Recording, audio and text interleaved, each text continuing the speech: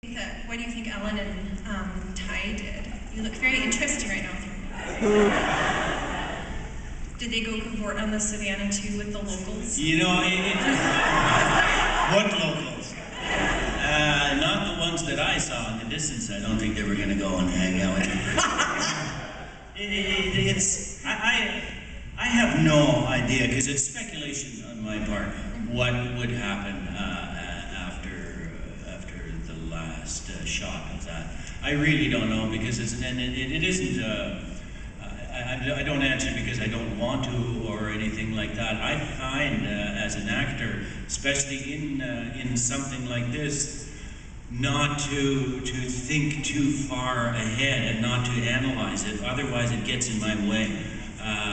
There's certain actors that are that can see the whole picture, but I have. It's a producer's job and the writer's job to speculate, and I just find it gets in my way to speculate. And also, when a few times that I've done it, it has been very disappointing for the audience, because your imagination is way beyond what I could ever do. When we did early years of our career, we did children's theater, and we toured the prairies in Canada, and our sets were little blocks that we unloaded from the truck, and we called them risers, and you put them around in the gymnasium. And if we would have built sets, it would have been nothing like what the people imagined, because the kids came back with drawings that were just mind-boggling. And so I learned early on that the audience's imagination is far beyond what you could do. I also did a wonderful play called Something Red, which the man that I'm playing, Bobby, had a nervous breakdown there on stage, and he was into this S&M relationship with his best friend's lady. And when she came back, oh, it gets even funnier. When she comes back at one point, when Bobby is really losing it, he's got a gun in his hand, and he actually lures her into the bedroom, which is just off stage. And I have her off stage for 30 seconds. I come back out, and I have killed her. I've killed her during this time. And when people asked me afterwards how I killed her, I told them how I killed her. And it just was an awful thing to say to them, because what they had in their minds would have taken me half an hour to do. And I realized, you know what, leave it to people's imagination. So I could tell you what I think Ty and Ellen did, and it would be unfair to Ron Moore and everybody else. And I have a second question, and this one's for Mary. Did Laura and Bill ever finish that goddamn book, Sierra and Falcon? Goddamn. Well, goddamn, sorry. It all depends on what you think they do in their private time.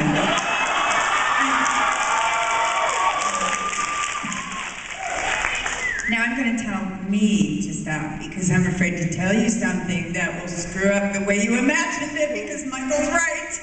Go ahead, tell me. No. Okay.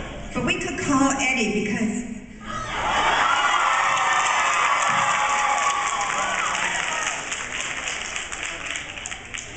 you know, to be fair, he might have a different, 7 a.m. his time, I think. Yeah, but he's working, yeah. He's working, yeah. He won't. Anyway, I don't think they did finish the book. Or the other way to look at it was they read it 3 or 4 times. But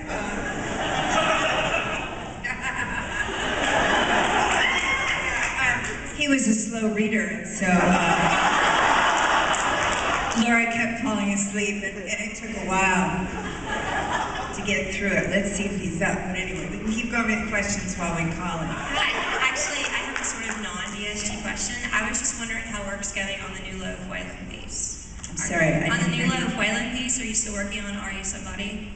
I'm having trouble hearing. Is it because... It's not you, it's me. It's all on watchtower. Alright, so my question was, you're turning the new Love of Wayland piece, Are You Somebody, into a Woman Machete, right? Is that what I've heard? I'm so sorry. I'm sorry, honey. There's something about my mic and yours.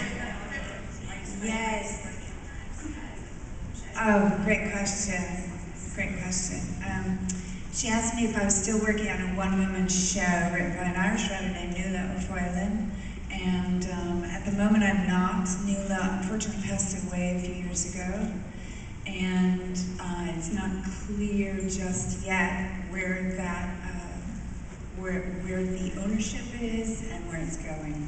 But I hope to someday resume work on that. And by the time I do, I'll be old enough, really, to actually play it, because it was a stretch, but it won't be by the time we get there. That makes sense. Okay, should we try, Eddie? And somebody can ask the next question while I try. This is a question for you both that I asked Ms. Strong last year. What brought you to Battlestar Galactica, and what of your characters have it merged into you? What brought Mary's answer to that would be much more interesting, because I was an actor in Canada that came on well after Mary was on board. I got a script. I almost didn't audition for it because I hadn't really watched the original Battlestar Galactica, but I wasn't really interested in taking part of a remake of it. But then I found out that Michael Reimer was directing it. And I found out that Edward James Olmos was involved, and that Mary McDonnell was involved, and thought, whoa, okay. I mean, these people look at the resumes. They don't just do things for the sake of doing them. They do things that should be done. So I auditioned, and luckily enough got called back and got the role. I think Mary's making a phone call to the Admiral, so I'll ask this question. I'll just answer two quickly. When I was asked to do it, I had kind of similar responses, Michael. I wasn't sure, you know, Battlestar Galactica, I think I saw it once or twice a long time ago, during those years where I don't remember much. And I guess that dates me, doesn't it? I'm dated anyway, but yeah, youngish. And so,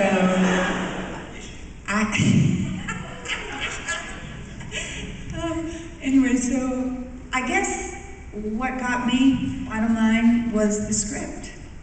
You know, I said, well, I'd love to read it, you know, and so I took it home that night and I read it. And any preconceptions or any ideas about television, science fiction, as opposed to movies, as opposed to, none of it matters when you read a story that's brilliant. You don't care what medium it is. You really don't. When you know you've been asked to step up to the plate to something that is an important story, you're just happy. So that's what happened to me. But let's call and find out if he's up. What do you think?